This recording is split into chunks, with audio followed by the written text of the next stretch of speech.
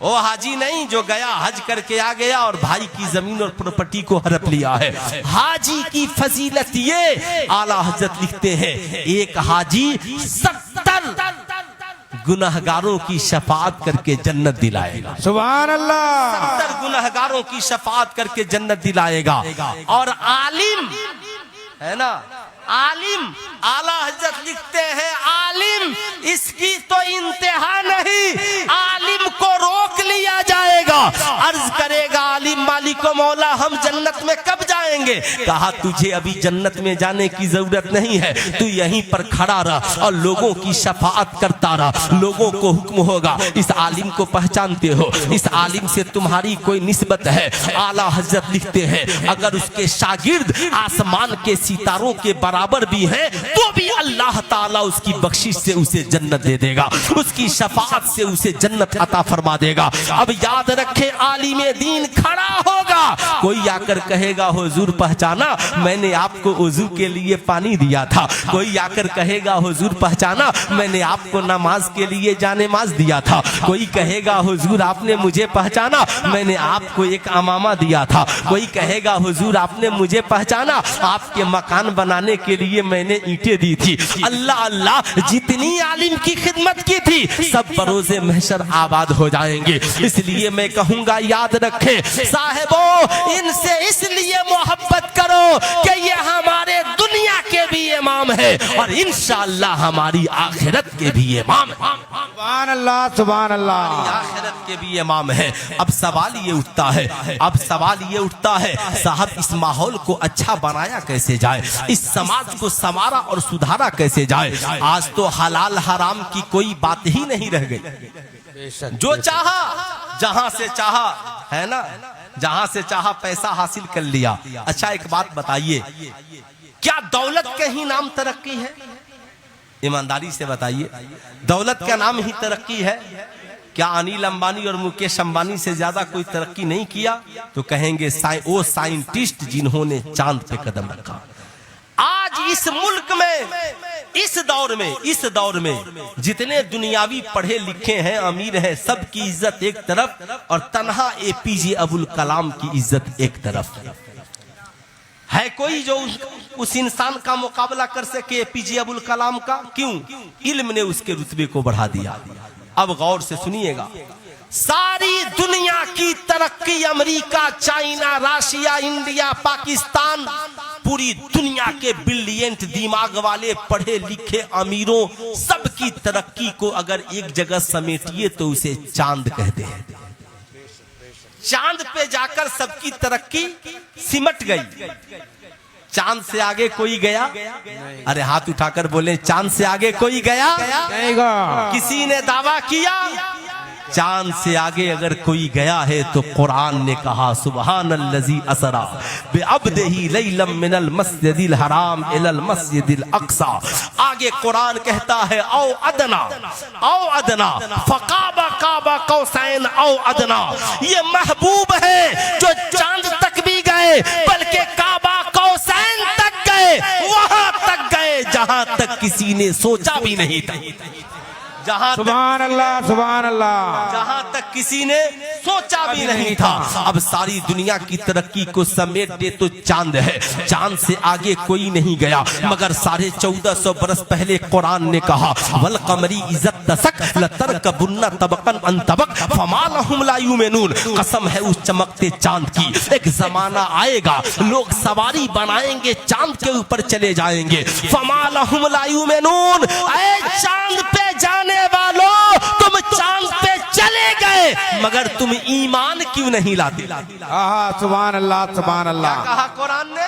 चांद पे जाके ईमान क्यों नहीं लाते हो? इसीलिए अमेरिका के बड़े बड़े साइंटिस्ट मुसलमान हो रहे हैं साहब, बड़े बड़े पढ़े लिखे मुसलमान हो रहे हैं। लोगों में घबराहट और बेचैनी है। लेकिन मैं आपसे कहना चाहूंगा ये कुरान का मुतालबा है। तभी तो सुनीता विलियम से पूछा गया तुमने चांद पे अजूबा क्या देखा? सुनीता विलियम ने कहा तब तक जितने साइंटिस्ट चांद पर गए सबने अपने नाम की निशानियां चांद पे छोड़ी हैं, मगर सबसे अजूबा ये है कि एक ऐसा इंसान भी जमीन पर गुजरा है जिसने चांद पे कदम नहीं रखा, मगर उसके उंगलियों की निशानी आज भी चांद के सीने में मौजूद है। सुभान अल्लाह। इंसान कौन है? कहा वो इंसान कोई और नहीं है, वो मुसलमानों के पैगंबर मोहम्मदुर रसूलुल्लाह है।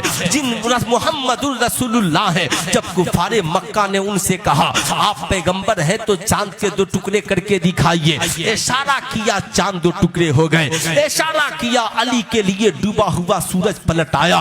इसलिए सुल्तान रजा कहना चाहेगा सारी दुनिया की तरक्की चांद तक खत्म होती है, मगर ऐ चांद तू बता तेरी तरक्की क्या है? चांद कहता है सारी दुनिया की तरक्की ये है वो मुझ तक पहुंच जाए, और मेरी तरक्की ये है मैं उंगलिये मुस्तफा तक पहुंच जाऊं। सुभान अल्लाह। अभी तो मेरे इमाम ने कहा सूरज उल्टे पांव पलटे, चांद इशारे से हो चाक, अंधे नजदी देख ले कुदरत रसूलुल्लाह। सुभान अल्लाह। सुभान अल्लाह। कलकत्ता के एक शायर ने एक शेर लिखा था हजरत, है ना, एक शेर लिखा था, इजाजत है पढ़ दूं? अरे हाथ उठाकर बोले पढ़ दूं। हाफिज कासिम साहब की फरमाइश है, संजर कलकत्वी का एक शेर है कि चांद पे पहुंच कर तुम्हें सुभान क्यों अल्लाह। गुरूर करते हो, चांद पे पहुंच कर तुम्हें क्यों गुरूर करते हो।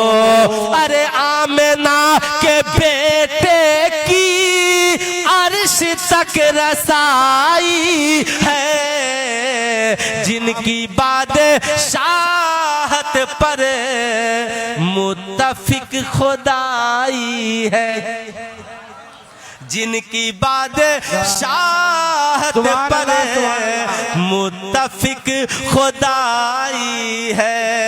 देखो उनके बिस्तर को सिर्फ एक चटाई है, जिनकी बादशाहत पर मुत्तफिक खुदाई है। सुभान अल्लाह। सुभान अल्लाह। इन बुजुर्गों के हवाले से है ना कि उनके लाए मज़हब पर उंगलियां उठाते हो, उनके लाए मज़हब पर उंगलियां उठाते हो। अरे जिनके लाए मज़हब ने बेटियां बचाई है, जिनकी बादशाहत पर सुभान अल्लाह खुदाई है, जिनकी बादशाहत पर मुत्तफिक खुदाई है। सुभान अल्लाह। सुभान अल्लाह अकबर या रसूल अल्लाह। जिंदाबाद जिंदाबाद जिंदाबाद जिंदाबाद जिंदाबाद। अल्लाह अकबर या रसूल अल्लाह। सुभान अल्लाह। सुभान चांद पे पहुंच कर तुम्हें क्यों गुरूर करते हो, चांद पे पहुंच कर तुम्हें क्यों गुरूर करते हो। अरे आमिना के बेटे की अर्श तक रसाई है, जिनकी बादशाहत पर मुत्तफिक खुदाई है। अरे देखो उनके बिस्तर को सिर्फ एक चटाई है, जिनकी बादशाहत पर मुत्तफिक खुदाई है। सुभान अल्लाह। सुभान अल्लाह। जिस नबी ने बेटियों को बचाया वो हमारी बेटी का में हिजाब अच्छा नहीं लगता, में निकाब अच्छा नहीं लगता। आहा क्या बात है। ये कितने शर्म की बात है। और मुसलमान कहे कि हमें दाढ़ी अच्छी नहीं लगती, हमें सुन्नत वाला लिबास अच्छा नहीं लगता, ये भी बड़े शर्म की बात है। ऐ मेरी कौम की बेटियों याद रखना, ये हिजाब बेटियों पे जुल्म नहीं बल्कि ये बेटियों की इज्जत है। बेशक ये खातूने जन्नत की शान है। अल्लाह के नबी ने फरमाया अल हयाओ शोबतुम मिनल ईमान, हया ईमान का एक शोबा है, हया ईमान का एक हिस्सा है। ऐ मेरी कौम की शहजादियों, तुम्हें यकीन नहीं है, मैं जानता हूँ। याद रखिएगा खूब गौर से। एक नौजवान आका की बारगाह में पहुंच गया। अल्लाह अल्लाह, सहाबा की झुरमुट में मुस्तफा बैठे हैं, सहाबा के बीचों बीच मुस्तफा बैठे हैं। जब साहब उन जगमग जगमग तारों में सरकार होंगे तो फिर आलम क्या होगा, आका करीम का आलम क्या होगा। अल्लाह अल्लाह पहुंच गया नौजवान। जरा गौर से सुनिएगा। अर्ज गुजार होता है या रसूल अल्लाह, माशअल्लाह मेरे लिए फला लड़की के साथ जना की इजाजत दीजिए। गौर से सुनिएगा। इसे अल मलफूज शरीफ में आला हजरत ने नकल किया है। गौर से जानना जरूरी है। पूछा गया साहब, जो ही उस नौजवान ने कहा या रसूल अल्लाह फला लड़की के साथ जना की इजाजत दीजिए, साहबे कराम की तलवारें निकल गई। या रसूल अल्लाह छोड़ेंगे नहीं, इसे कत्ल कर देंगे। अब जरा आका का इखलाक देखें। आका फरमाते हैं ठहर जाओ, इंसान बुरा नहीं होता, गलत माहौल ने उसे बुरा बना दिया है, गलत लोगों की सोहबत ने उसे बुरा बना दिया है। ऐ मेरी कौम के बच्चे और नौजवानों, मैं जानता हूँ तुम मुसलमान हो, मुसलमान के घर में जन्म लिए हो। तेरा किरदार जना नहीं है, तेरा किरदार जुआ नहीं है, तेरा किरदार शराबी नहीं है, गलत माहौल ने तुझे गलत बना दिया है। अब जरा गौर से सुनो आका ने क्या किया। सबको हटाया, नौजवान को करीब बुलाया, टुकने से टुकना मिलाया, सीने से उसके सीने को लगाया, सीने पे हाथ मारी, दुआ की मालिक को मौला इसके दिल से जना की मोहब्बत को निकाल दे और इसके दिल में हया डाल दे। अब आका करीम फरमाते हैं ऐ नौजवान, मेरे सवाल का तू जवाब दे। ये बता, जो काम तू फला लड़की के साथ करना चाह रहा है, क्या वो काम तू अपनी माँ के साथ करना पसंद करेगा? आंखों में आंसू आ गए। कहा क्या तुम अपनी बहन के साथ करेगा? कहता है या रसूल अल्लाह नहीं कर सकता। क्या अपनी बेटी के साथ का नहीं कर सकता? कहा ए नौजवान, जिस तरीके से तेरी बहन की इज्जत है, वैसे ही समाज में दूसरों की बहन की इज्जत भी इज्जत है, दूसरों की बेटी की इज्जत भी इज्जत है, दूसरों की माओ की इज्जत भी इज्जत है। नौजवान बारगाहे रिसालत से तौबा करके वापिस चला जाता है। ऐ मेरी कौम के शहजादों, तुम भी याद रखना, तुम मार्केट में फिरते हो, तुम कोचिंग सेंटर में जाते हो, तुम कॉलेज में जाते हो, जमाना निगाहें गंदी कर ले, मगर तुम किसी की बहू बेटी पे गंदी नजरें न डालना। डालने से पहले सोच लेना, मेरे घर में भी एक बीवी है, मेरे घर में भी एक माँ है, मेरे घर में भी एक बेटी है। जैसे मेरी बेटी की इज्जत है, वैसे ही भारत के हर हिंदू मुसलमान सिख ईसाई की बेटी की इज्जत हमारी इज्जत है। सुभान अल्लाह। बोलिए ऐसा होना चाहिए। हाथ उठाकर बोले ऐसा होना चाहिए, होना चाहिए, जरूर होना चाहिए। इसलिए रबीउल अव्वल शरीफ का जब जुलूस निकालिए ना, तो सिर्फ नारा ही मत लगाइए, छोटी छोटी तख्तियों पर लिखिए इस्लाम में बलात्कार हराम है, अपनी बेटी की तरह दूसरे की बेटी को बेटी समझो। ये सरकार ने फरमाया 100 तख्तियां इस्लाम का पैगाम लगाकर हिंदी में लिख के बढ़िए, ताकि गैर आपके जुलूस को देखे तो जान जाए जिसके नाम पे ये निकले हैं उसका पैगाम इतना अच्छा है तो इंसान कितना अच्छा होगा। सुभान अल्लाह। इंसान कितना अच्छा होगा तो इंसान कितना अच्छा होगा। सुनो मेरी कौम की शहजादियों, आज बड़ा अफसोस होता है मुझे। हजरत निजामुद्दीन में जाइएगा, 50-100 लड़कियां सर पे दुपट्टा नहीं मजार पे चादर चढ़ाने पहुंच गई है। अजमेर शरीफ जाइएगा, सर पे दुपट्टा नहीं चादर चढ़ाने पहुंच गई है। मुझे अफसोस होता है आपने अपनी बेटियों को आज तक सही से दुपट्टा ओढ़ना नहीं सिखाया और मजार पे चादर ओढ़ाने पहुंच गए। क्या बात है, हक। क्या अल्लाह वाले आपकी चादर के मोहताज है? नहीं है साहब, हमें उनकी दुआएं चाहिए, बेशक बेशक, हमें उनका वसीला चाहिए। लेकिन मैं आपसे पूछना चाहता हूँ, गौर से मेरी बात सुनना। अम्मी आयशा सिद्दीका की बारगाह में 2 लड़कियां पहुंची। अम्मी आयशा सिद्दीका घर के अंदर गई और मोटी चादर लेकर के आती हैं, चादर के 2 टुकड़े करती हैं और दोनों बच्चियों के सरों से पतला दुपट्टा उतार देती है और उसे डाल देती है और कहती हैं बेटी, इस्लाम की चादर वो नहीं जिससे बाल की सियाही न नजर आए। इस्लाम की चादर वो है जिससे बाल की सियाही भी छिप जाए, सुभान अल्लाह। सियाही भी छिप जाए। ऐ मेरी कौम की बेटियों, याद रखना, आज के बाद ईद की मार्केटिंग करती हो, शादियों में शॉपिंग करती हो, जब तुम मार्केट में कपड़ा लेने के लिए जाना दुकानदार से बोल देना नेट वाला दुपट्टा नहीं चाहिए, ये जर्जेट वाला दुपट्टा नहीं चाहिए, हमें इस्लामिक दुपट्टा चाहिए जिससे बाल की सियाही नजर नहीं आए। आला हजरत से पूछा गया, हुजूर अगर किसी औरत के बाल की सियाही नजर आए तो क्या नमाज होगी? आला हजरत ने फरमाया नमाज नहीं होगी। अब खूब गौर से सुनना, पूछा गया हुजूर क्या मजार पे औरतों का जाना जायज? आला हजरत फरमाते हैं मजार शरीफ पे औरतों का जाना नाजायज। तुम जायज पूछते हो, ये पूछो कि कितनी लानतें उस पे बरसती है। सिवाय मुस्तफा जाने रहमत सल्लम के मजार अनवर के औरतों को किसी मजार पे जाने की इजाजत नहीं है। अब मेरी कौम की शहजादियों गौर से सुनना, अगर तुझे बड़ा शौक है ना तो घर के अंदर रहो, अल कुरान की तिलावत करो और अपने शौहर से कहो चले जाना निजामुद्दीन, चले जाना मेहरौली शरीफ, अजमेर शरीफ, हमने 10 पारा कुरान की तिलावत की है, वहाँ दुआ मांग के आ जाना। हमने 20 पारा कुरान की तिलावत की है, दुआ मांग के आ जाना। ये 500 रुपए ले ले, गली के चंद फकीर और कुत्तों और जानवरों को मेरे नाम पर खिला देना। अब जरा गौर से सुनो, आज तुझे यकीन नहीं है, आज हमारा माशरा बिगड़ रहा है, इस कदर बिगड़ रहा है, माँ हिजाब में है और बेटी दिल्ली के रेलवे स्टेशन पे सर से दुपट्टा उतार कर जींस पैंट और टी शर्ट पहन के चल रही है।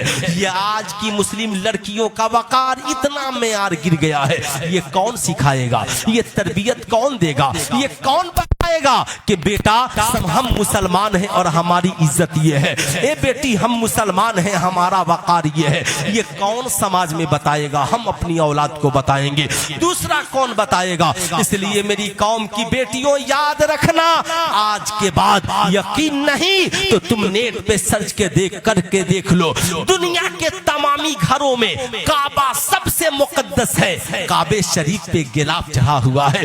दुनिया की तमामी किताबों में कुरान सबसे मुकद्दस है, कुरान पे गिलाफ चढ़ा हुआ है। सुभान अल्लाह। इंसानों में अल्लाह वाले मुकद्दस है, उनके मज़ारों पे चादरें चढ़ी हुई है। सुनो, दुनिया के हर मजहब की औरतों में सबसे ज्यादा तुम बावकार हो, इसलिए अल्लाह ने तेरे सरों पे रहमत की चादरें चढ़ा दी है, हया की चादरें चढ़ा दी है। इस चादर को उतरने मत देना, कहीं भी रहना। कौन कहता है लड़कियां हिजाब पहन के नहीं पढ़ सकती? लड़कियां हिजाब पहन के डॉक्टर बन सकती हैं, IPS अफसर बन सकती है, BPSC निकाल कर स्कूल में टीचर बन सकती हैं। कौन कहता है हमारी कौम की बेटियां पीछे रह सकती हैं? बल्कि इस वकार, इस इज्जत ने तेरे वकार को बढ़ा दिया है। मगर एक बेटी रोते हुए अपने बाप के पास आती है, बाबा जान, अब्बा हुजूर, मैं तो मुफ्ती साहब की तकरीर सुनकर कॉलेज में चली गई है हिजाब पहनकर, मगर मेरी कॉलेज की लड़कियों ने मेरा बड़ा मजाक उड़ाया। बाप ने पूछा क्या हुआ? कहा मेरी कॉलेज की सहेलियां बोल रही थी तुम ओल्ड मॉडल हो, पुराने ख्याल की लड़की हो, ये तुमने क्या कर लिया? 5000 का लिबास पहन के ये 500 का निकाब डाल लिया। बाप ने कहा बेटी घबराओ मत, लड़ना सीखो, हालात से लड़ना। जब सच्चाई पे चलोगी ना तो 1 करोड़ कुत्ते भौंकने वाले मिल जाएंगे, मगर उनकी औकात नहीं है तेरे करीब आ जाए। ऐ बेटी जाना कल कॉलेज और उन मॉडर्न जमाने की लड़कियों से मुकाबला करना और हयाए फातिमतुज ज़हरा बताना। अब साहब ये बेटी इस्लाम की शेरनी जब कल साहब हिजाब पहन कर गई है, फिर सहेलियों ने मजाक उड़ाना शुरू किया। आ गई ओल्ड मॉडल, पुराने ख्याल की लड़की, ये काला काला हिजाब पहनकर ऐसा लग रहा है कोई पुरानी औरत हमारे कॉलेज में पढ़ने चली आई हो। इस लड़की ने कहा हाँ, ओ न्यू मॉडल की लड़कियों इधर सुनो, तुम हमें ओल्ड मॉडल कह रही हो, बेशक मैं ओल्ड मॉडल हूँ, पुराने ख्याल की लड़की हूँ, ये तुम्हारा न्यू फैशन है जिसे पहनने के बाद ये फटा हुआ जीन्स पहनकर तुम्हारा रान जिसे नहीं देखना चाहिए वो लुच्चा लफंगा देख रहा है। ये तेरा न्यू फैशन है, तेरा चुस्त जीन्स और तेरा चुस्त टी शर्ट पहनने के बाद तेरे जिस्म के आज़ा को गैर देख रहे हैं। ये तुम्हारा न्यू फैशन है। रात की तन्हाई में फेसबुक पे लाइव आकर साहब करोड़ों लोगों को अपना जिस्म दिखाती है। अरे सुन, न्यू फैशन की बेटियां और शहजादियां न्यू फैशन पे फक्र करती है। सुन, मैं पुरानी हूँ, पुरानी मॉडल, मगर तुम्हारी तरफ बेहया और बेशर्म नहीं हो। ये जीन्स फाड़ कर और चुस्त जीन्स पहनकर अपना जिस्म रात की तन्हाई में गैरों को दिखाना, ये न्यू फैशन तुझे मुबारक हो। और फटे हुए दुपट्टे में 72 पे बंद लगाकर अपने जुल्फों को ढांप लेना, ये सैयदा खातूने जन्नत की सुन्नत इस्लाम की शहजादियों तुझे मुबारक, सुभान अल्लाह, तुझे मुबारक हो। हम वो हैं कि हमारी हम वो हैं कि हमें सैयदा खातूने जन्नत ने इज्जत की हिफाजत करना सिखाया है। दुपट्टा फट भी जाए तो पेबंद लगाकर सर की बाल को और जुल्फों को छिपाना और इज्जत तो आबरू की जिंदगी गुजारना सिखाया। सुभान अल्लाह, सुभान अल्लाह। आपसे मेरी पहली गुजारिश है कि आप जब घर जाएं तो अपनी बेटियों को दुपट्टा ओढ़ना सिखाएं, अपने बच्चों को दुपट्टा ओढ़ना सिखाएं। वो जरा सा झंडा वाले को बोलिए, बेटा इधर झंडा लेकर आओ, इधर जरा हाथ उठा कर के लेकर आओ, उठाकर, हाँ उठाकर इधर आओ। ये लोग समझता है कि पूरा झंडे में इस्लाम है ना। जरा उठाओ, इधर आओ। ये झंडा देख रहे हैं ना, ये बच्चा उस वक्त से बेहुरमती कर रहा है। इस पे क्या लिखा हुआ है? ला इलाहा अस्सलातु वस्सलामु अलैका या रसूल अल्लाह। और ऊपर पढ़ ले, इस पे सरकार का नालैन है। इसकी हमें इज्जत करनी है, कदर। सड़कों पे न लगाओ ऐसे कि ये गिर कर नाली में चली जाए। ऐसे न करो कि इस पे बैठ जाओ, जाकर के बैठो। ये सरकार के नाम का झंडा है, आप इसकी कदर करें ताकि जमाना जाने कि किसी मुल्क का झंडा, उसकी हुक्मरानी और निशानी एक मुल्क के लिए है। ये सरकार के नाम का झंडा पूरी दुनिया के लिए है। बेशक, सुभान अल्लाह। इसकी कदर और इज्जत करें। आप हमेशा जब लगाए ना, इसकी इज्जत और कदर करना सीखें। छोटे बच्चों को न दें, तख्तियां दे, तख्तियां ये नहीं कि जहां चाहा गिरा दिया। ये इस्लाम का झंडा है, इसे मुकद्दस तरीके से रखिए, बावकार तरीके से रखिए। तो मैं ये अर्ज कर रहा था, आज के बाद हमें सबसे पहले अपनी बेटियों को मैट्रिक, इंटर, बीए बाद में कराएंगे। पहले हम अपनी बेटियों को सरों पे दुपट्टा ओढ़ना सिखलाएंगे। कितने लोग सिखलाएंगे? जरा हाथ उठाकर बताएं। सब सुभान अल्लाह, माशाअल्लाह। उधर हमारी कौम की बेटियां भी देख रही हैं कि सब हम लोग को सिखलाने वाले बन गए हैं। हम तो इनको भी सिखलाते हैं। बेशक, हक है ना, हम तो इनको भी सिखलाते हैं।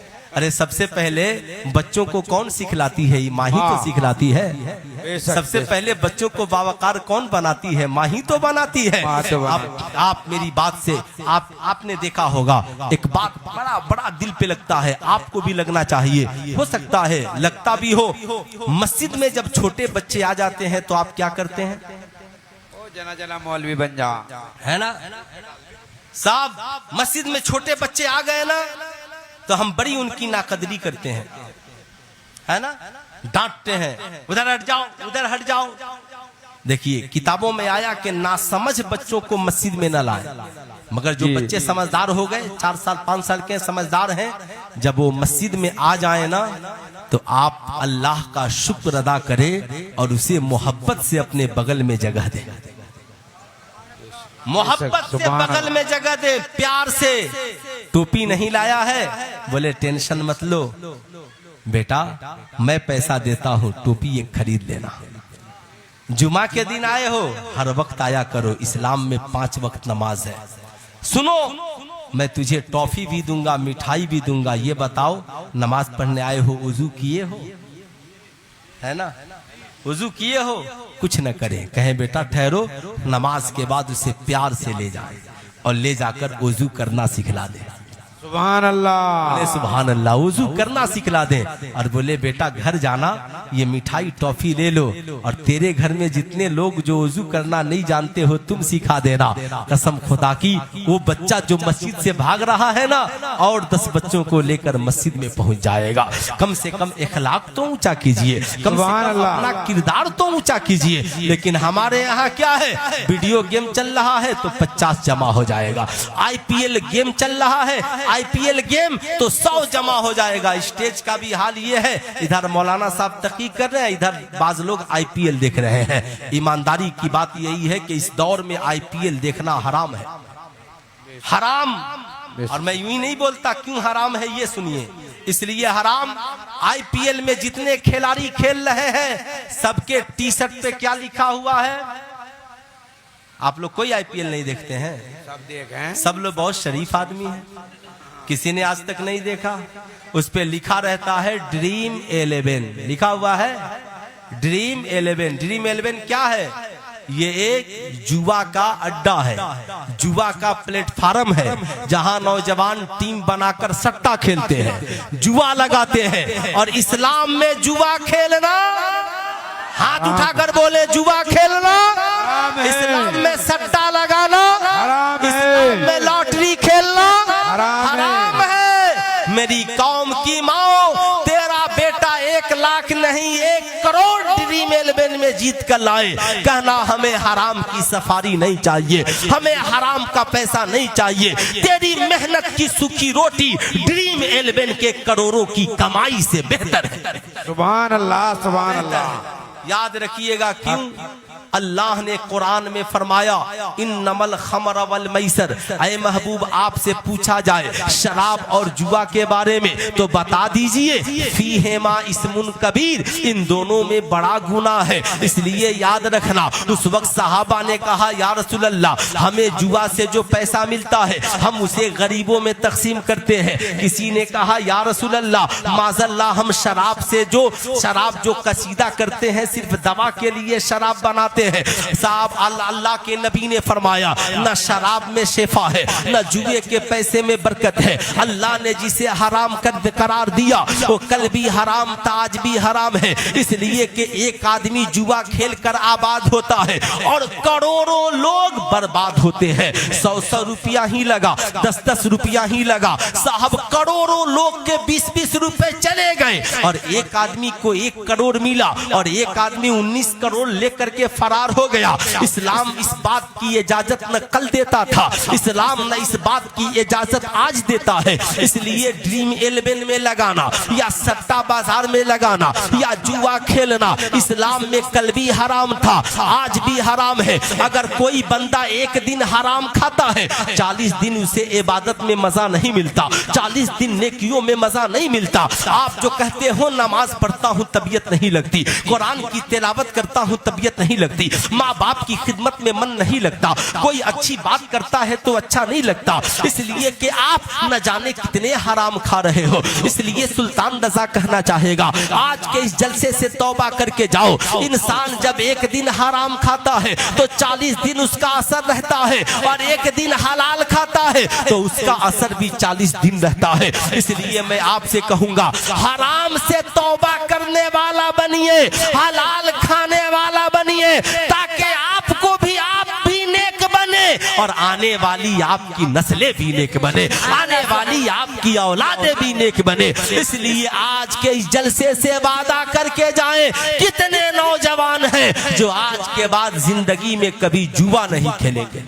कितने नौजवान हैं जरा हाथ उठाएं तो, जो जुआ नहीं खेलेंगे, सट्टा नहीं लगाएंगे, लॉटरी नहीं खेलेंगे, हाथ नीचे कीजिए। अगर सारे लोग जुआ ही खेलने लगे तो स्कूल में कौन पढ़ाएगा? सारे लोग जुआ ही खेलने लगे तो बैंक में कलम दिन भर कौन चलाएगा? सारे लोग जुआ ही खेलने लगे तो खाने के लिए गल्ला कौन उगाएगा? तब तो सारा निजाम गड़बड़ हो जाएगा। इसलिए इस्लाम इन बातों की इजाजत नहीं देता। मेरी बात आपको खराब तो नहीं लग रही है?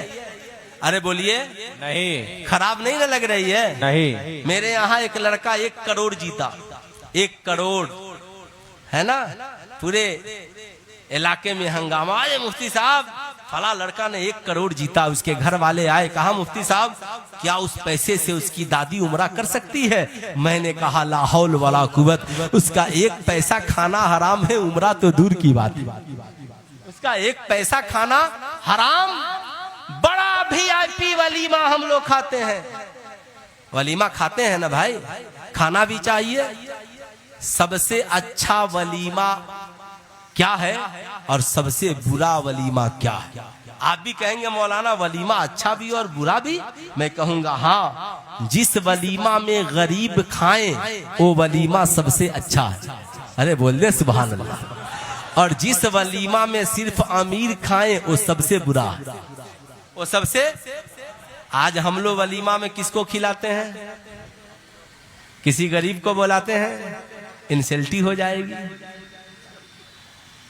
अच्छा, क्या मुसलमानों का दिमाग हो गया, बहू मेरी, बीवी मेरी, इज्जत मेरी, और सजा संवार कर वलीमे के दिन कुर्सी लगाकर बीवी को लाके बैठा दिया। बोलिए गलत बोल रहे हैं तो सच है। और फिर क्या कहता, आई लव माई वाइफ, मैं अपनी बीवी से बेपनाह प्यार करता हूं। बीवी कहती है बड़ा जालिम और कमीना आदमी है। तो मेरी डोली भी नहीं उठी थी कि मेरे बाप को कंगाल बना दिया। और आज बोल रहा आई लव माई वाइफ, है ना। देखिए छोटे छोटे बच्चे हैं, बहुत हंस रहे हैं। तुम लोग शादी करेगा तो जहेज मत लेगा, है ना। माशाअल्लाह माशाअल्लाह, बड़ा नेक लोग हैं। सुनिए, बड़ा VIP वलीमा। एक मुरीद अपने पीर साहब से बोला, हुजूर दावत खाने की इजाजत दीजिए, है ना। दावत खाने की, कहा ठीक है। अच्छा, दावत खाने में बहुत मजा आता है और बारात में खाने में और ज्यादा मजा आता है ना। हम लोग अभी इधर मौलवी साहब निकाह भी पढ़ाने के लिए खड़े हुए, उधर सारे लोग खाने के टेबल पे पहुंच गए। क्या आपके तरफ भी होता है? इधर मौलवी साहब अभी निकाह भी नहीं पढ़ाए, 10 आदमी निकाह में और 500 आदमी खाने के टेबल पर। मैं 3 बारात में शरीक हुआ और सब जगह से बगैर खाना खाए वापिस आया और बहुत डांटा मैं। ऐसे जैसे आप कुत्ता को गोश्त फेंक दीजिएगा ना तो सारे आपस में लड़ जाएंगे, हम पहले खाएंगे, हम पहले खाएंगे।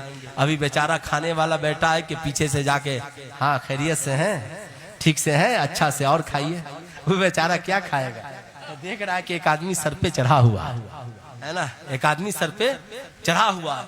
लड़की वाले को इतनी फुर्सत भी नहीं देते कि बेचारा जितना बनाया है वो सही से लाके खिला दे, इतनी फुर्सत भी नहीं देते। इस्लाम इस बात की इजाजत नहीं देता कि हम किसी को जबरदस्ती कर्ज में डुबा दे। अच्छा साहब, घर 2 पीस खाता होगा, बारात में जाएगा तो 10 पीस खाएगा, उससे कम नहीं, बिल्कुल नहीं। तो मैं कहूंगा नहीं, बचिए, लड़की वाले की इज्जत और कद्र कीजिए। आप बाराती की हैसियत से गए हैं ना, तो खाना तो कहीं भी खाना है यार, देख लो, कोई टेंशन मत लीजिए। वक्त मिला तो खाइए, नहीं मिला नो टेंशन, घर आकर के खाइए। मगर जब बारात में जाइए तो निकाह में जरूर शरीक होइए, इसलिए कि निकाह में शामिल होना 2 रकत नफल नमाज पढ़ने से अफजल है। अल्लाह ताला निकाह की महफिल में होने वाली दुआ को कबूल कर। तो हमारा बारात में जाने का मकसद क्या है? निकाह में, जोर से हाथ उठाकर बोले, निकाह में शामिल होना, दावत खाना मकसद नहीं।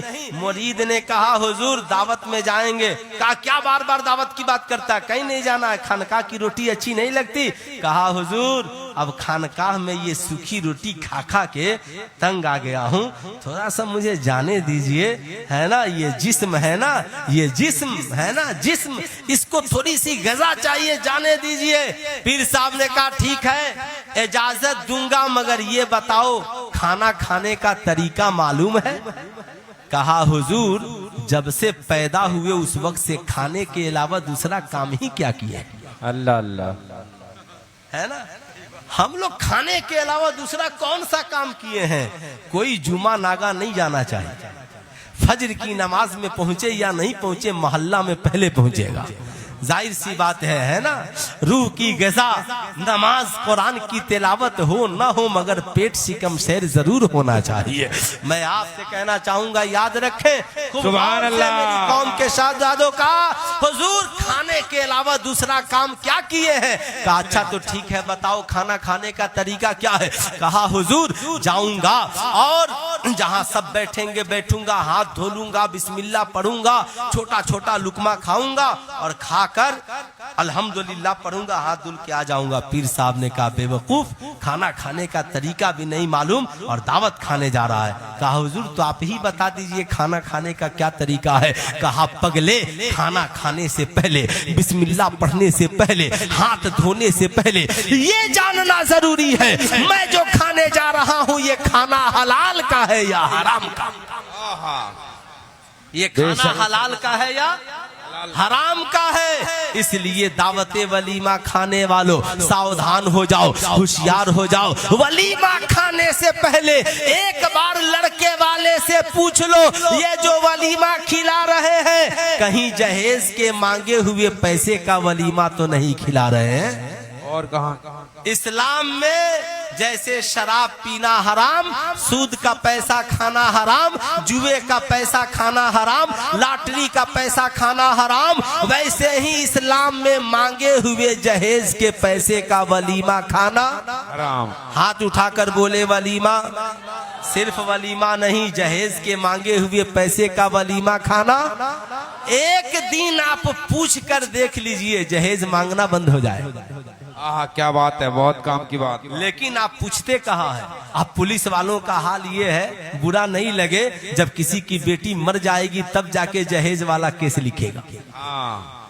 शादिये में पहुंच जाए, बता सही सही क्या दिया है, क्या मांगा है? मांगा तो जेल। देखिए है ना। लेकिन आप भी बाईपास काम चला लीजिएगा, है ना। सुनिए खूब गौर से, इस्लाम में जहेज मांगना कल भी हराम था और आज भी हराम है। आज भी हराम है, हराम है। और शादी में कपड़ा मांगना, अब जब शादी हो लड़की वाला पूछे कोई लेन देन, कहिए डिमांड कोई नहीं है और मना कुछ भी नहीं है। मना कुछ भी नहीं है। आसान तरीका समझ रहे हैं ना? समझ रहे हैं ना? मौलाना हूं ना मैं। एक साहब बहुत परेशान थे, आज जरा सा जगह दीजिए पीछे, है ना। माशाल्लाह, हाँ माशाल्लाह। अस्सलाम वालेकुम प्रधान जी, खैरियत से हैं? है ना। अस्सलाम वालेकुम प्रधान जी, खैरियत से हैं? माशाल्लाह माशाल्लाह। क्या कीजिएगा, ये वक्त ही सोने का है। मैं भी अगर आपकी जगह होता तो सो गया होता, है ना। मैं भी, इसमें कोई बात नहीं है। दाग हुए के मीर हुए सभी एक, जानते हैं ना। कहा एक शेर सज्जाद निजामी साहब का याद आता है, जो उनकी याद में आंसू बहाने वाले हैं, है ना। माशाल्लाह साहब हज के लिए तशरीफ ले जा रहे हैं कि जो उनकी याद में आंसू बहाने वाले हैं, जो उनकी याद में आंसू बहाने वाले हैं, जो उनकी याद में आंसू बहाने वाले हैं, उन्हें हुजूर मदीना बुलाने वाले हैं, उन्हें ना बुलाने वाले हैं। सुभान अल्लाह, सुभान अल्लाह। मोहम्मद अदब से बैठो यहाँ, आशिकान मोहम्मद अदब से बैठो यहाँ, वो कुछ ही देर में तशरीफ लाने वाले हैं। या रसूल अल्लाह, जिंदाबाद जिंदाबाद जिंदाबाद जिंदाबाद। अल्लाह आला हजरत, आला हजरत, आला हजरत, आला हजरत, ताज सरिया, ताज सरिया, ताज सरिया, ताज सरिया। अल्लाह अकबर, या रसूल अल्लाह। सुनिए, जानना बहुत जरूरी है ना? बेशक। क्यों जानना बहुत जरूरी है? अब साहब, एक साहब की शादी हुई नई नई, तो बीवी ने कहा कि ये बताइए, सास की खिदमत कुरान में कहाँ लिखा है? इतना जो दबाव बना रहे हैं, सास की खिदमत कुरान में कहाँ लिखा है? लड़का ने कहा घबराओ मत, मेरा भी मुफ्ती साहब से राब्ता है। रात को 11:30 बजे फोन किया, हजरत मसला फंस गया है। मेरा बड़ा करीबी लड़का था। मैंने कहा खैरियत तो है? कहा हजरत बताने में शर्म आ रही है। मैंने कहा शर्माओ मत, बताओ वरना बाद में पछताओगे। कहा हुजूर, मेरी बीवी पूछ रही है कि सास की खिदमत कुरान में कहाँ लिखा है। मैंने कहा बीवी से कहो कि कुरान सिर्फ लेकर आई हो या पढ़ती भी हो। क्या बात है। कुरान सिर्फ लेकर आई हो। कुछ बेटियां कुरान पढ़ते हुए आती हैं, और कुछ बेटियां जब मैका में थी तो भी कुरान को अगरबत्ती दिखाती थी, और ससुराल में आई तो भी अगरबत्ती दिखाती हैं, है ना? अगरबत्ती जलाकर वो सोचती है शायद अगरबत्ती दिखा लिए, यही कुरान की तिलावत हो गई। मैंने कहा कहो बीवी से, जहां माँ की खिदमत कुरान में लिखा है, वहीं सास की खिदमत भी कुरान में लिखा। सुभान अल्लाह, सुभान मैंने अल्लाह। कहा मैं आयत पढ़कर सुनाता हूँ, कितने लोग सुनना चाहते हैं?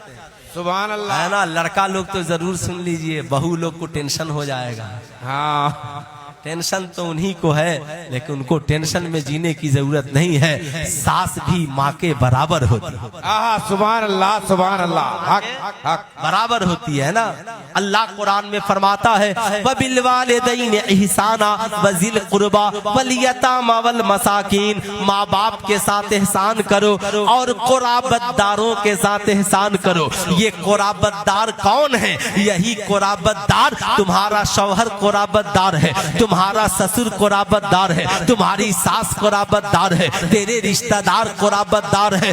इस्लाम ने सिर्फ खिदमत का हुक्म ही नहीं दिया, बल्कि इस्लाम ने एहसान का हुक्म दिया है। एक है बदला और एक है एहसान। बदला ये है मैंने आपको खिलाया, आपने मुझे खिलाया, मैंने आपको पिलाया, आपने मुझे पिलाया। मगर एहसान ये है मैंने आपसे रिश्ता तोड़ लिया, आपने मुझसे रिश्ता जोड़ लिया। ये एहसान है। कुरान सास ससुर के साथ बदले का हुक्म नहीं, बल्कि एहसान का हुक्म दे। सुभान अल्लाह, सुभान अल्लाह। हक हक। समझ गए? समझ गए ना आप लोग? कल जाइएगा तो बीवी को भी समझा दीजिएगा, है ना? है तावीज भी हाजी साहब वाली उसी वक्त काम करेगी जब उसे समझा दीजिएगा, है ना? जाहिर सी बात है, तावीज में शेफा भी है, रहमत भी है। कुरान ने कहा होवा शेफाउन व रहमतुन लिल मोमिनीन। ये कुरान ईमान वालों के लिए शेफा भी है और रहमत भी। बेशक। सुभान अल्लाह, सुभान अल्लाह। बीवी बड़ी चालाक थी। उसने शौहर से कहा सुनो, किताब में लिखा है कि बीवी अगर अलग घर का मुतालबा करे तो शौहर की जिम्मेदारी अलग घर दे दे, अलग घर खाने पीने का इंतजाम कर दे। बोला ठीक है, कोई बात नहीं है, मैं इंतजाम करूंगा। आप पढ़ी लिखी हैं तो आपकी बात तो माननी ही पड़ेगी, क्योंकि आजकल बीवियां डिग्री वाली हो गई, मोहब्बत वाली नहीं है। जब सिर्फ डिग्री वाली आएगी तो आते ही कहेगी 1 गिलास गिव मी वाटर। अब लड़का की हिम्मत नहीं है बोल दे नो। बीवी कहेगा हाँ हाँ टेंशन मत लीजिए, कितना पानी चाहिए? कहेगी 2 बोतल पानी लाओ, एक अपने लिए एक मेरे लिए। तेरा मैं नहीं पी सकता, मेरा तू नहीं पी सकता जी। कहा सेल्फी साथ ले सकते हैं? हाँ हाँ सेल्फी वल्फी सब लो, मगर पानी तुम मेरा मत पीना, मैं तेरा नहीं, इसलिए कि उससे कोरोना फैलता। क्या बात है। इतनी नफरत इसलिए कि उसने डिग्रियां हासिल की, कभी मोहब्बत की किताब पढ़ी ही नहीं। मगर आइए मैं मोहब्बत की किताब आपको पढ़ा देता हूँ। अम्मी आयशा सिद्दीका हम सबकी अम्मी जान है, मुस्तफा करीम के साथ दस्तरखान पे खाना तनावल फरमा रही है। आका करीम को प्यास लगती है, आका प्याले में पानी डालते हैं और अम्मी आयशा उस प्याले को उठा लेती है, उठाकर पानी पीना शुरू करती है। आधा पानी पीकर प्याला रखती है। आका ने पानी को फेंका नहीं, नहीं बल्कि उसी प्याले और पानी को उठाया और पूछा, आयशा बताओ तेरे लब कहाँ लगे थे? या रसूल अल्लाह मेरे लब यहाँ लगे थे। आका ने अपने लब को वहीं लगाया, पानी पीना शुरू किया। कौन कहता है बीवी का जूठा पीने से कोरोना फैलता है? अल्लाह के नबी आज से 1450 बरस पहले फरमाते हैं, इस बीवी के साथ खाने और पीने से मोहब्बत में इजाफा होता है, मोहब्बत बढ़ती है। अल्लाह तौफीक दे तो माँ बाप के साथ भी खाओ, अल्लाह तौफीक दे तो बीवी और बच्चों के साथ भी खाओ। सुभान अल्लाह। ये है मोहब्बत, ये है प्यार, ये है इखलाक। तो बीवी ने कहा हमें अलग घर और मकान चाहिए। माँ भी नेक, सास भी नेक, ससुर भी नेक, बेटा भी नेक, बड़ी परेशान, कहां फंस गए। इसलिए कि लड़की भी आलेमा थी, समझ रहे ना, पढ़ी लिखी थी। बोली फला फला किताब में लिखा है, पढ़ लो, मेरे लिए अलग घर का इंतजाम कर दो। इसलिए कि चाहती थी कैसे हूं सास ससुर से छुटकारा मिल जाए। आजकल देखिएगा बड़ा मामला अजीब है। बहू कहती है सास ससुर से, अगर मेरा शौहर नहीं कमाता तो इस बुढ़ापे में आप लोगों को कितनी तकलीफ होती। ऐसा लगता है कि उसी ने पैदा किया है ना, कितनी तकलीफ होती है। अरे पगली, तुझे तो ये शुक्रिया अदा करना चाहिए, ऐ मेरे सास ससुर अल्लाह आपको सलामत रखे। आपने अपने बेटे को इतना अच्छा बनाया कि मेरी भी जिंदगी अच्छी कट रही है और आपकी भी जिंदगी अच्छी कट रही है। सुभान अल्लाह। आपकी भी जिंदगी अच्छी कट रही है, ऐसा होना चाहिए। तो लड़की आलिमा थी, उसने कहा अलग मकान, अलग इंतजाम सब कर दो। लड़के ने कहा टेंशन मत लीजिए, आप आलिमा हैं तो मेरे भी कई दोस्त तालीम है। बेचारा पहुंचा, कहा हजरत मसला फंस गया है। मैंने क्या हुआ? कहा हजरत आलिमा से शादी हो गई है, किताब दिखला रही है, कह रही है कि मेरे लिए अलग मकान का इंतजाम कर दो, किताब में है। मैंने कहा तो उसे जाकर कह दो, बेशक कोई प्रॉब्लम नहीं है। अरे हजरत आप भी खूब आदमी है, कोई प्रॉब्लम नहीं, सराफा प्रॉब्लम है। मैंने कहा उसे जाकर कहिएगा आपके लिए अलग घर, अलग बिस्तर, अलग तकिया, अलग सब अलग इंतजाम। इसलिए कि इस्लाम का हुक्म है और इस्लाम का ये भी हुक्म है, एक बीवी से काम न चले तो दूसरी बीवी भी निकाह के बाद ला सकते हैं। बेचारा गया, कहा बेगम कहाँ चाहिए? दिल्ली, मुंबई, कलकत्ता, कहाँ रहिएगा? बहुत खुश हुई, वाह मेरा शौहर एक दिन में बदल गया। कह रहे मैं आपका वफादार हूँ, आपके लिए अलग शहर में अलग बिस्तर, अलग मकान, सब कुछ। कहा उसके बाद, कहा जहाँ ये लिखा है कि बीवी को अलग मकान देना जायज है, वहाँ ये भी लिखा है कि माँ बाप की खिदमत के लिए दूसरा निकाह करना भी जायज है। तो आपको वहाँ पहुँचा के मैं दूसरा निकाह कर लूंगा ताकि वो बीवी माँ बाप की खिदमत करेगी और आप दिल्ली में रहिएगा। उसने कहा माफ कीजिए, हमें दिल्ली जाने की जरूरत नहीं है, मैं खिदमत कर लूंगी, मगर आप दूसरा निकाह मत कीजिए। क्या बात कभी कभी काम की बात हो ही जाती है ना, वरना याद रखें मेरे माहौल की हर रस में दिल बेदार हो जाए। मेरे माहौल की हर रस में दिल बेदार हो जाए। इनायत आपकी जो अहमद मुख्तार हो जाए। इनायत आपकी जो अहमद मुख्तार हो जाए। अगर आना तेरा इस बज़्म में एक बार हो जाए, तुम्हारा क्या बिगड़ता है, हमें दीदार हो जाए। तुम्हारा क्या बिगड़ता है, हमें दीदार हो जाए। माशाअल्लाह माशाअल्लाह। अब सुने साहब, तो इस्लाम में मर्द के लिए जहेज मांगना, हाथ उठाकर एक बार बोल दे, मर्द के लिए जहेज मांगना।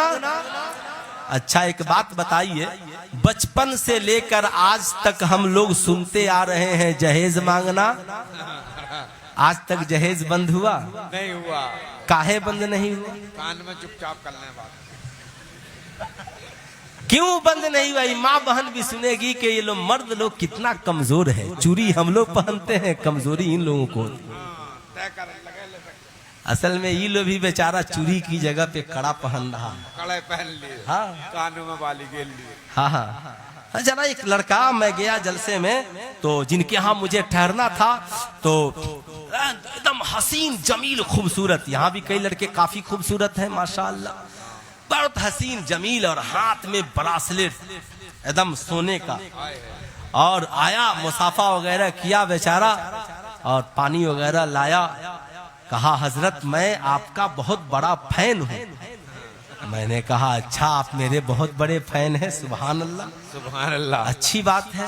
मैंने कैसे फैन में? कहा जाती यूट्यूब पे सुने थे अमीनुल कादरी साहब के साथ आपको।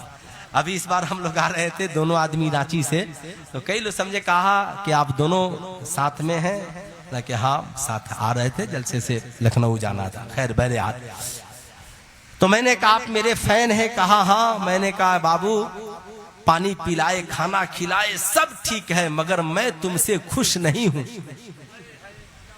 उसका चेहरा उतर गया। कहा हजरत क्या बात है, आप मुझसे क्यों नाराज हैं? कोई खिदमत में कमी? मैंने कहा कोई कमी नहीं, मगर इस्लाम को जो पसंद नहीं वो मुझे पसंद नहीं।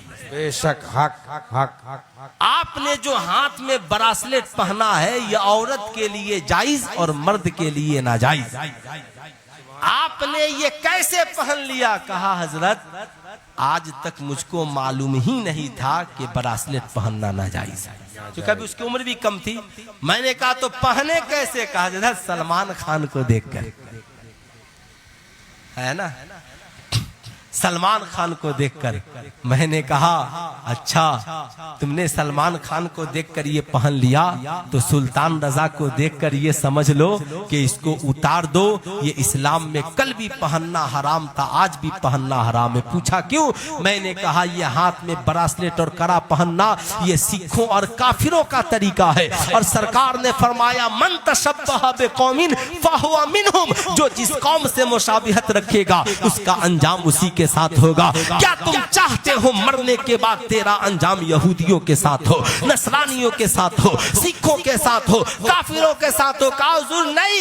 इसलिए मैं हर माँ बाप से कहूंगा आपका बच्चा अगर हाथ में कड़ा पहनता है, ब्रासलेट पहनता है, तो उसे घड़ी खरीद कर दीजिए, ब्रासलेट उतारिए और कहिए बेटा घड़ी पहनना जायज है और ब्रासलेट पहनना नाजायज। नाजायज नाजायज है। बोलिए इंशाअल्लाह ऐसा होगा। हाथ उठाकर बताएं, जितने नौजवानों के हाथों में कड़ा हो उतार दीजिए, ब्रासलेट हो उतार दीजिए, इसे अपनी माँ बहन को ले जाकर के दे दीजिएगा। गौर से सुनिए, जहेज खत्म नहीं हुआ। क्यों? इसलिए कि उसके जिम्मेदार हम हैं। हम हैं। आप कहेंगे सुल्तान रजा हम, मैं कहूंगा हाँ हम जिम्मेदार हैं, इसलिए कि हम लड़की वाले हैं। अल्लाह ने जहां ये हुक्म फरमाया कि रिश्वत मांगना हराम, वहीं ये भी हुक्म फरमाया कि जहां मर्द को 2 हिस्सा मिलेगा वहीं औरत को 1 हिस्सा मिलेगा। उठाए कुरान का 4था पारा, है ना, और उठाकर कुरान की आयत पढ़े, मसलो हज़िल उनसियान। याद रखना औरत मर्द के मुकाबले में औरत को 1 हिस्सा मिलेगा। है कोई बेटी वाला जो अपनी बेटी को हिस्सा दे रहा है कोई भाई जो अपनी बहन को हिस्सा दे रहा है। अरे साहब आप हिस्सा देते कहाँ हो? अगर कोई भिखारी लड़का वाला आपसे कहता है हमें जहेज चाहिए, तो आप सीना ठीक ठोक के बोलो ना, मांगने की जरूरत नहीं है। अल्लाह ने कुरान में मेरी बेटी बहन का जो हिस्सा मुकर्रर किया है, मैं हर वक्त अपनी बेटी का हिस्सा देने के लिए तैयार हूं। सुभान अल्लाह। पूरी दुनिया के मुसलमान बेटियों को हिस्सा देने लगे तो जहेज मांगने वालों के मुंह पे ताला लग जाएगा कि नहीं लग जाएगा? जी। अरे बोलिए हाथ उठाकर, ताला लग जाएगा कि नहीं लग जाएगा? मगर यहाँ बाप बूढ़ा हो गया और बेटी को हिस्सा देने में कलेजा फट रहा है। माँ बाप इंतकाल कर गया, बहन को हिस्सा देने में कलेजा फट रहा है। अगर बहन मांग दे तो तुम्हारी बीवी कहती है अच्छा बहुत हिस्सा मांगने वाली, आज के बाद उसको घर आने से मना कर देना, जैसा लगता है इसके बाप का घर है। मैं कहूंगा नहीं, वो मेरी बहन कल भी थी, वो मेरी बहन आज भी है, उससे प्यार करो, उससे नफरत न करो। हमें जुलूस याद है मगर जुलूस वाले मुस्तफा के किरदार को हम भूल गए। हमें मिलाद याद है मगर मिलाद वाले मुस्तफा की सीरत को भूल गए। मैं कहूंगा मिलाद शरीफ भी मनाइए, मिलाद वाले मुस्तफा को भी मनाइए। सिर्फ मिलाद शरीफ मनाइएगा तो जिंदगी में इनकलाब नहीं आएगा।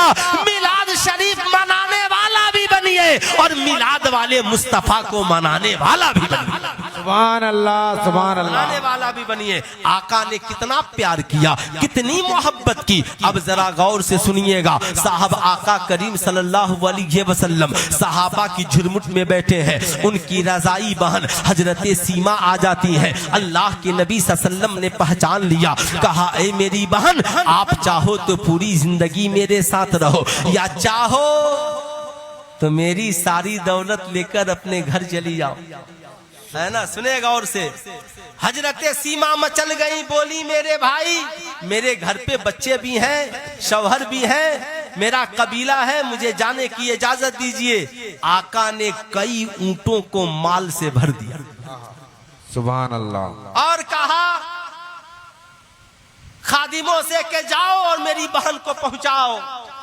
हजरत सीमा जब अपने कबीले में पहुंची तो उनकी कबीले की औरतें देखकर हैरान हो गई। सीमा, तुम रातों रात अमीर कैसे बन गई? रातों रात अमीर कैसे बन गई?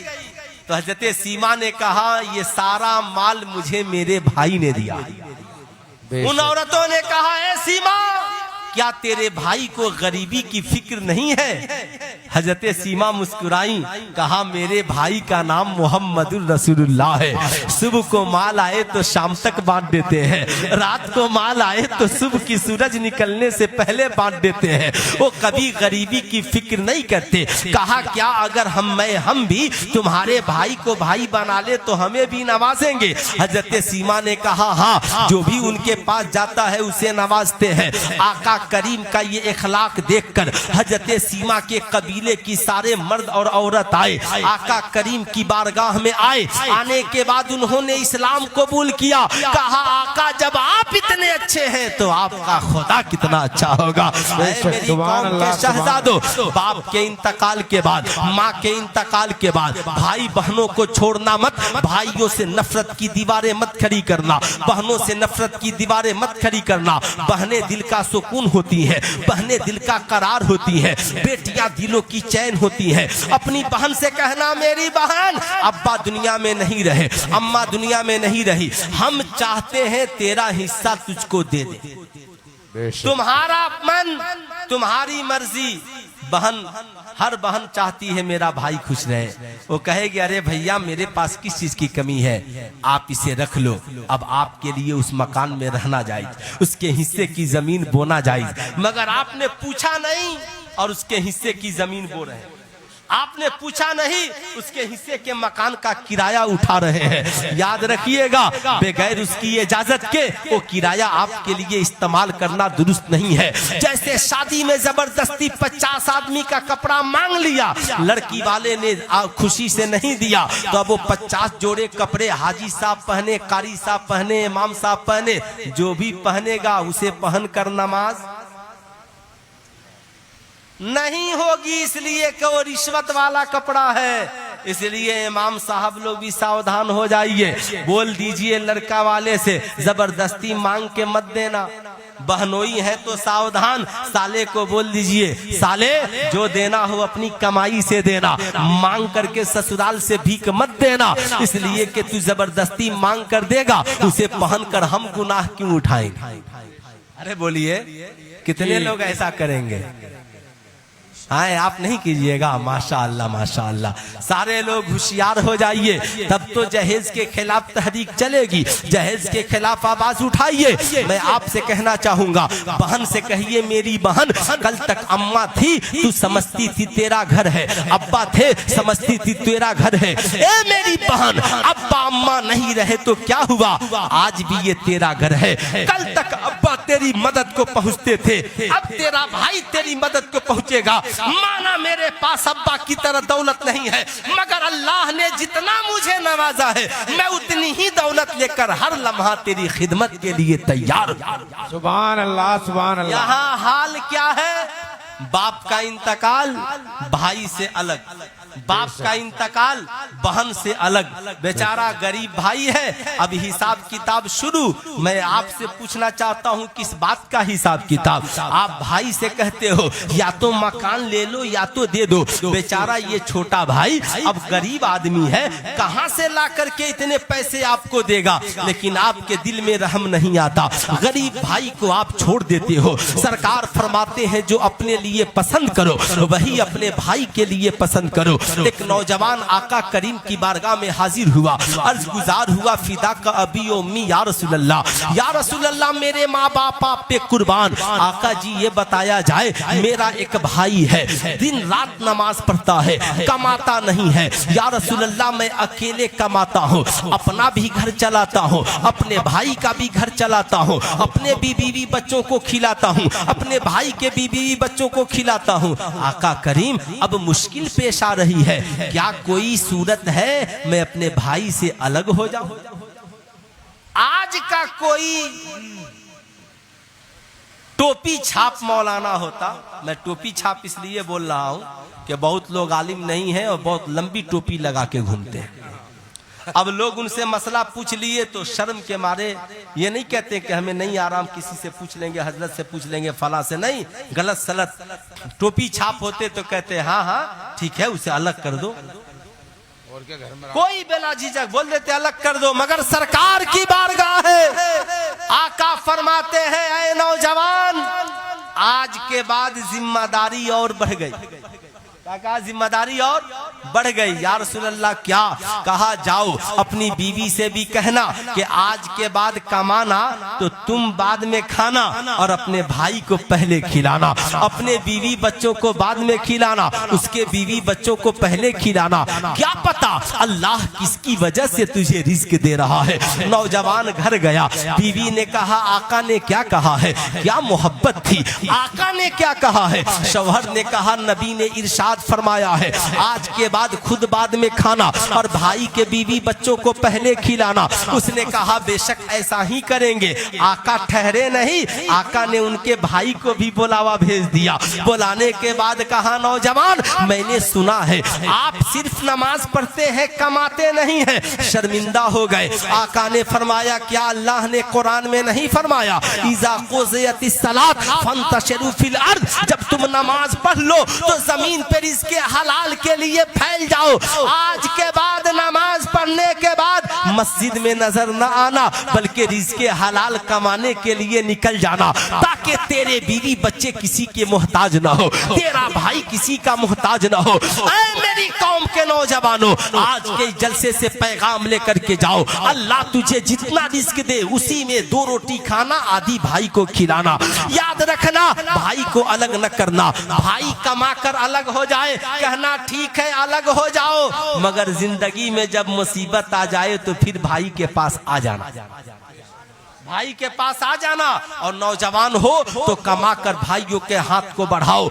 याद रखना बाप का घर याद है, बाप की प्रॉपर्टी याद है और बाप की औलाद को भूल गए हो। अल्लाह के नबी फरमाते हैं जो अपने लिए पसंद करो वही अपने भाई के लिए पसंद करो। बोलिए ऐसा होना चाहिए, ऐसा होना चाहिए।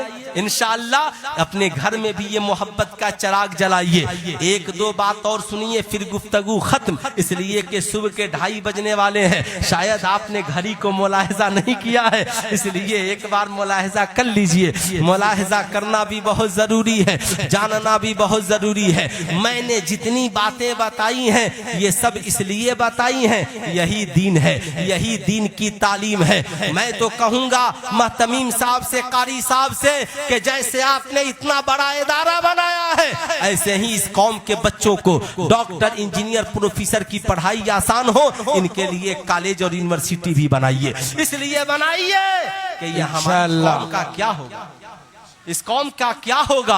इस कौम के साहब नैया के खेवनहार आप हैं। अल्लाह ने आपको चुन लिया है और आप लोगों से गुजारिश है, यकीन वाले कहां से चले कहां पहुंचे, जो अहले शक हैं अगर में मगर में रहते हैं। अगर मगर छोड़िए, कुरान ने कहा तावनु अलल बिर्रि वत तकवा, भलाई और नेकी के काम में लोगों की मदद करो। ला तावनु अलल इस्मे वल उद्वान, गलत काम और मासियत में किसी की मदद मत करो। अगर लोगों की बुराई तलाशिएगा ना तो दिन रात 1 करोड़ बुराई ही नजर आएगी, और अच्छाई तलाशिएगा तो अच्छाई ही नजर आएगी। सुभान अल्लाह। इबलीस भी कभी कभी नमाज पढ़ता है, मालूम है आप लोगों को? मालूम है? नहीं मालूम है ना? अल मलफूज शरीफ उठाइए आला हजरत का और उठाकर पढ़िए। एक परी थी है ना, जो आका की बारगाह में हाजिरी दिया करती थी और उसने इस्लाम कबूल किया था। तो बहुत दिनों बाद हाजिर हुई। अच्छा, मैं भी पहले परी वगैरह को नहीं मानता था, मैं सोचता था ये सब किस्सा कहानी है, मगर जब अल मलफूज शरीफ पढ़ रहा था तब मेरा दिमाग हटका यार। तो बहुत दिनों के बाद वो हाजिरी दी।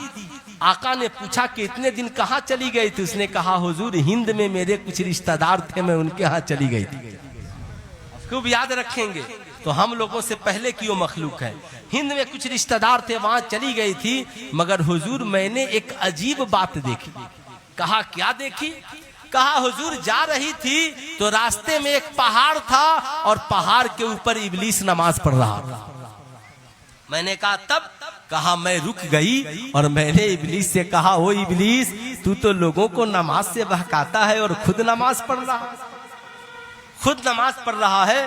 तो इबलीस ने जवाब दिया है, परी मैं इस उम्मीद के साथ नमाज पढ़ रहा हूं कि शायद खुदा अब भी मुझे माफ कर। इबलीस आज भी उम्मीद लगाया है। हम कैसे मुसलमान हैं, आजान होती है मस्जिदों को नहीं जाते हैं, फज्र की नमाज में सोए रहते हैं, असर मगरिब और इशा में सोए रहते हैं। आप ईमानदारी से बताओ, एक दिन बेटा बेटी अगर स्कूल कॉलेज न जाए तो प्रधान जी डंडा लेकर पड़ जाएंगे, और पढ़ने जा, नहीं तो डंडे से खैरियत नहीं है, तेरी जिंदगी बर्बाद हो जाएगी। मैं कहूंगा अल्लाह ने कुरान में फरमाया, या अय्युहल्लज़ीना आमनू कू अनफुसकुम व अहलीकुम नारा, ऐ ईमान वालों अपने आप को और अपने घर वालों को जहन्नम की आग से बचाओ। याद रखना, बीवी बच्चों को सुबह को फज्र की अजान हो तो जगाओ, कहो सुन कॉलेज नहीं जाएगा तो दुनिया बर्बाद हो जाएगी, और मस्जिद नहीं जाएगा तो तेरी आखिरत बर्बाद हो जाएगी। कॉलेज स्कूल नहीं जाएगा तो बाप नाराज हो जाएगा, और रब के हुजूर नहीं जाएगा तो खुदा नाराज हो जाएगा। बेशक। ईमानदारी से बताइए, नमाज होनी चाहिए कि नहीं होनी चाहिए? हाथ उठाकर बोलिए, होनी चाहिए कि नहीं होनी चाहिए? बच्चों को नमाजी बनाइएगा कि नहीं बनाइएगा? मैट्रिक कराने से पहले, इंटर कराने से पहले, बेटी को ससुराल भेजने से पहले, बेटे की शादी से पहले सबको खुद भी नमाजी बन जाइए, उन्हें भी नमाजी बना दीजिए। अरे यार, हम उस हुसैन के मानने वाले हैं जिन्होंने करबला में 72 की शहादत के बाद भी पेशानी को जमीन पे रख के सजदा किया। सुभान अल्लाह, सुभान अल्लाह के मानने वाले। आखिरी बात सुने, आज मार्केट में एक बुराई आम है, मालूम है वो बुराई क्या है? नौजवान समझता है जो मैं कमाता हूँ ये सब मेरा है। बेशक। बोलिए जी। और हमारी होम मिनिस्ट्री समझती है कि मेरा शौहर जो कमाता है वो सब मेरा है। अगर हमारा इंतकाल हो जाए तो नहीं लगता है कि मेरी बीवी मेरी माँ को मेरे मकान में रहने दे। बोलिए गलत बोल रहे हैं तो? जी। कितनी बीवियों ने माँ बाप को शौहर के इंतकाल के बाद दिल्ली से निकाल दिया। बोलिए गलत बोल रहा हूं? नहीं। निकाल दिया क्यों? क्या उसके पास तालीम नहीं है? बेशक मैं कहूंगा नहीं है।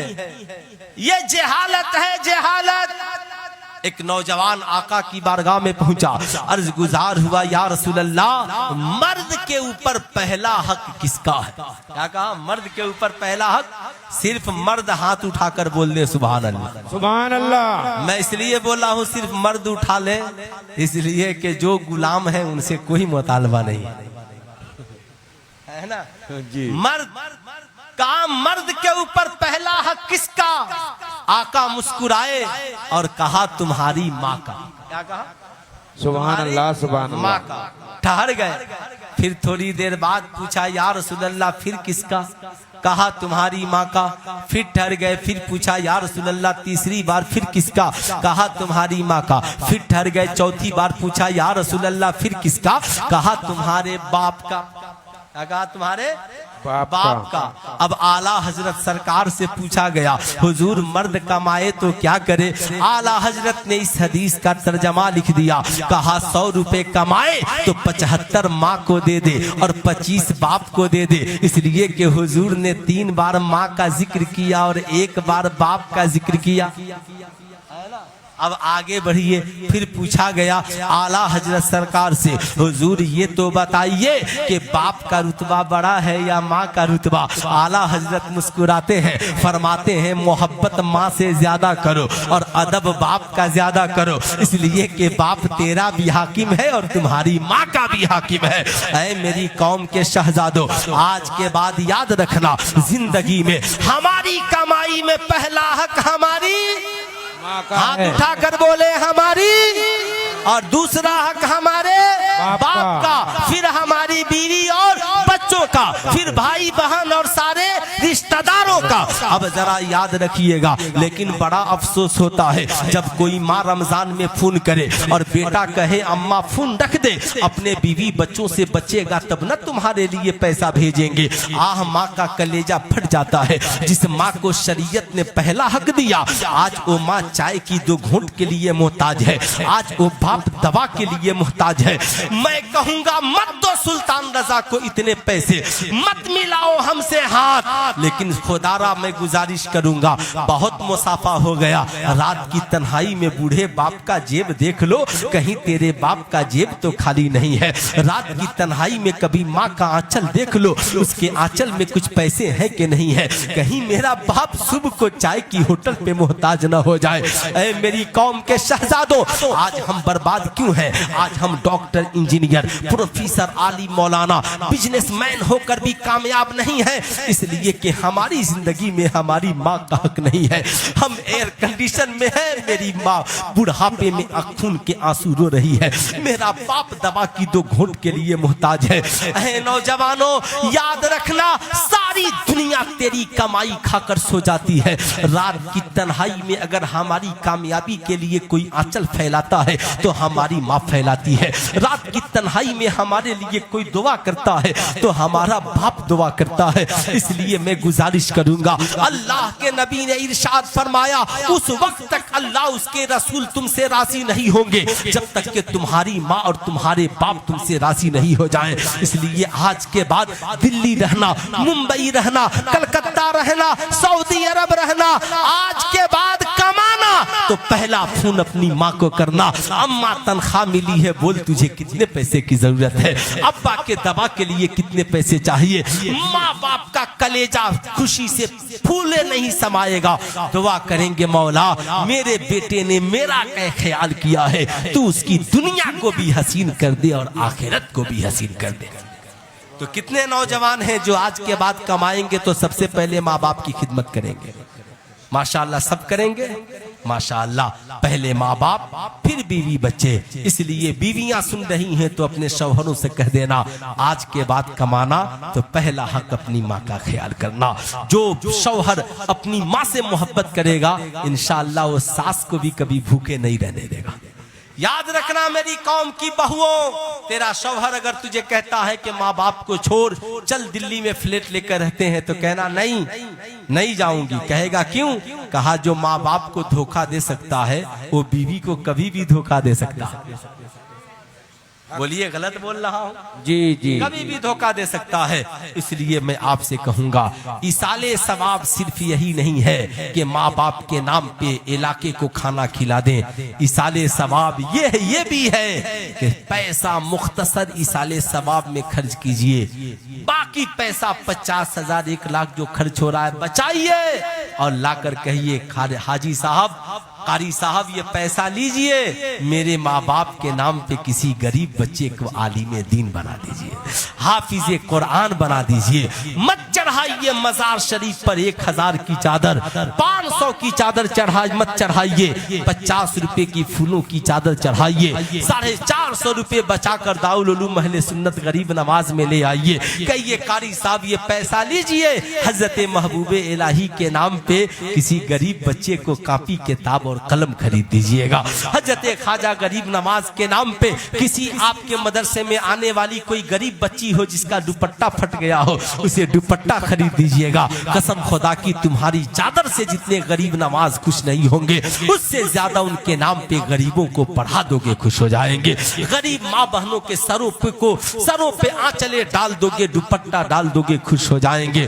आपस में इखलाक को बढ़ावा दीजिए, आपस में मोहब्बत को बढ़ावा दीजिए। याद रखिए, मैट्रिक, इंटर, BA, MA ये तालीम जिस्म है और इस्लाम की तालीम रूह है। जिस्म और रूह एकजा हो जाए तो इंसानियत पैदा हो जाती है, जिंदगी में बंदगी पैदा हो जाती है। इसलिए याद रखिए, जैसे आलिम के लिए इंग्लिश इस दौर में पढ़ना जरूरी है, वैसे ही डॉक्टर इंजीनियर के लिए सीरत मुस्तफा का भी पढ़ना जरूरी है, ताकि पता चले इस्लाम में क्या हलाल है और क्या हराम है, बहन का हक क्या है, माँ बाप का हक क्या है। जिस दिन हमने इन इदारों को ऊंचाई बख्शी, इंशाअल्लाह हम खुद ब खुद ऊंचा हो जाएंगे। इसलिए आपसे गुजारिश है, आप भी कमाइए तो ज़कात निकालिए और माँ बहनों से गुजारिश है आप भी निकालिए। अल्लाह इतनी बरकतें देगा, कभी फूले नहीं समाएंगे।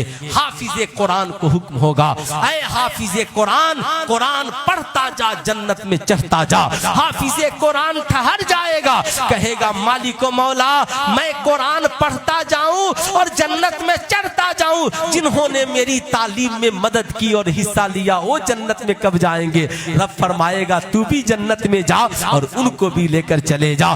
कई अराकीने मदरसा थे जो बेचारे दिन में परेशान थे, कह रहे थे हम अकेले खट रहे हैं। कल कयामत के दिन आप ही सबसे पहले जाकर कहिएगा, आलिम साहब, हाफिज साहब, पहचानिए गेहूं चावल हम ही आपके लिए लेकर आते थे, इसलिए जन्नत में आप बाद में जाइएगा और मुझे सिफारिश करके पहले भेज दीजिए, पहले भेज दीजिए। इसलिए हमेशा ये मदारिस के बच्चे, इनकी कदर कीजिए, अपने बच्चों को दीन से जोड़िए। ये मदरसा है, यहाँ इस्लामी सिस्टम मुकम्मल, हर बच्चा बच्ची हमारी कौम का मदरसे में पढ़े, स्कूल में बाद में जाए, कम से कम nursery LKG UKG Islamic model play school का कयाम जरूर कीजिए। एक तरफ दिन की पढ़ाई हो और साथ में हमारे बच्चे यहाँ से दुनिया दीन सीख कर जब जाएंगे ना तो शराब नहीं पिएंगे, जुआ नहीं खेलेंगे, माँ बाप की कदर करेंगे, दुनिया भी हसीन होगी, आखिरत भी हसीन होगी।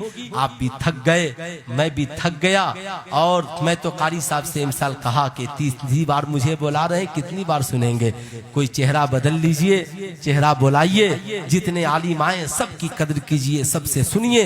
इंशाअल्लाह जितने किस्म के फूल आएंगे उतने किस्म की खुशबुओं से आप महजूज होंगे। हमारी जमात का हर आलिम अपनी जगह पे बावकार है। हर शख्स याद रखिए, इज्जत के लिए मारा पीटी मत कीजिए, खुदा की बारगाह में दुआ कीजिए मौला हमें इज्जत दे। वह तो इज़्ज़ो मंतशा वह तो ज़िल्लो मंतशा। जिंदगी में दो लोगों से कभी मत लड़िएगा वरना बर्बाद हो जाइएगा, एक माँ बाप से और दूसरा उस्ताद से। दो से कभी जिंदगी में मत लड़िएगा, एक माँ बाप से और दूसरा उस्ताद से, है ना, उस्ताद से। याद रखिएगा, खलीफे वक्त हारून रशीद हैं, उन्होंने इमाम केसई से कहा, बहुत बड़े इमाम, कहा हुजूर मेरे शहजादे को घर आकर पढ़ा दें। इमाम किसई ने कहा, बादशाह ये इस्लाम की तालीम है, हवेली में नहीं होती। क्या कहा? ये इस्लाम की तालीम है, हवेली में नहीं होती। आज हमारे शहर का हर अमीर चाहता है कि इमाम साहब घर में आके पढ़ा दे। बोलिए गलत बोल रहे हैं? एकदम बुरा मत मानिएगा। कहा नहीं तो उन्होंने कहा बादशाह ने कि ठीक है, तो मेरे बेटे का क्या सबक पहले सुनने का ये भी नहीं होगा, जो पहले आएगा वो पहले सुनेगा। आपने मस्जिद में नहीं देखा, जो पहले आता है वो अगली सफ में बैठता है। हारून रशीद एक रोज रास्ते से गुजर रहे थे और मदरसे के करीब से गुजर रहे थे। इमाम किसई वजू कर रहे थे और इनके साहबजादे मामून रशीद, हजरत मामून रशीद लोटे से पानी डाल रहे थे। खलीफा वक्त हारून रशीद उतरे और जलाल में आ गए, बेटे को एक चाबुक लगाया। इमाम किसई ने पूछा, क्या हुआ बादशाह? कहा, इतनी भी इसे तालीम नहीं है। अल्लाह ने 2 हाथ इसे दिए हैं, एक हाथ से पानी गिराओ और एक हाथ से अपने उस्ताद के वजू के आज़ा को मल करके धो, ताकि अल्लाह ताला तेरी दुनिया को भी हसीन बना दे और आखिरत को भी हसीन बना दे। जब दुआ कबूल नहीं होती हो ना, तो 2 के पास जाइए। सबसे पहले घर में सब सारी दुनिया सो जाए ना, ये बीवी बहुत कहती है ना नहीं हाजी साहब के पास हम तावीज के लिए जाएंगे मगर बाद में जाएंगे। पहले अम्मा के पास जाइए, अम्मा कल हाजी साहब के पास जाना है, पाँव दबाइए, अम्मा जी रात की तन्हाई है, दुआ कर दीजिए। आज मैं खुद बीमार था ना, तो पहले एयरपोर्ट से अपनी माँ को फोन लगाया, माँ समझ गई। दुआ माँ से कराइए, बाप से, फिर आइए बुजुर्गों की बारगाह में, वहां से दुआएं लीजिए। दूसरा, उस्ताद का अदब कीजिए, उसकी खिदमत कीजिए। कल बरोज़े महशर उस्ताद की शफाअत से अगर सितारों के बराबर भी शागिर्द होंगे तो जन्नत में चले जाएंगे। हम गुनाहगार हैं, मेरे इमाम ने जमाने को दर से वफा दिया, बखुदा खुदा का यही है दर, नहीं और कोई मफर मकर, जो वहां से हो यहीं आके हो, जो यहाँ नहीं तो वहां नहीं। इन मदारिस को मजबूत कीजिए, मदारिस को मजबूत कीजिए। ये मदारिस मजबूत होंगे इंशाअल्लाह हम मजबूत होंगे, हमारा इखलाक किरदार अच्छा होगा। हलाल खाइए, हलाल पहनिए, बच्चों को हलाल की तरगीब दीजिए। पूरा मजमा मिलकर पढ़ लीजिए, अस्तगफिरुल्लाह रब्बी मिन कुल्ली ज़ंबी व अतूबु इलैहि। पढ़ लीजिए ला इलाहा इल्लल्लाह मुहम्मदुर रसूलुल्लाह सल्लल्लाहु ताला अलैहि वसल्लम। इज्जत की एक राह है और उस राह का नाम है इल्म। क्या नाम है? हाथ उठाकर पूरा मजमा बोले, क्या नाम है? क्या नाम है? इल्म। 2 रोटी खाएंगे मगर अपने बच्चों को, है ना, क्या कहा खानकाहे मारेरा शरीफ ने इन बुजुर्गों ने, सूखी रोटी खाएंगे मगर अपने बच्चों को पढ़ाएंगे। इंशाअल्लाह पढ़ाइए, दुनिया व आखिरत को कामयाब बनाइए। अस्सलाम।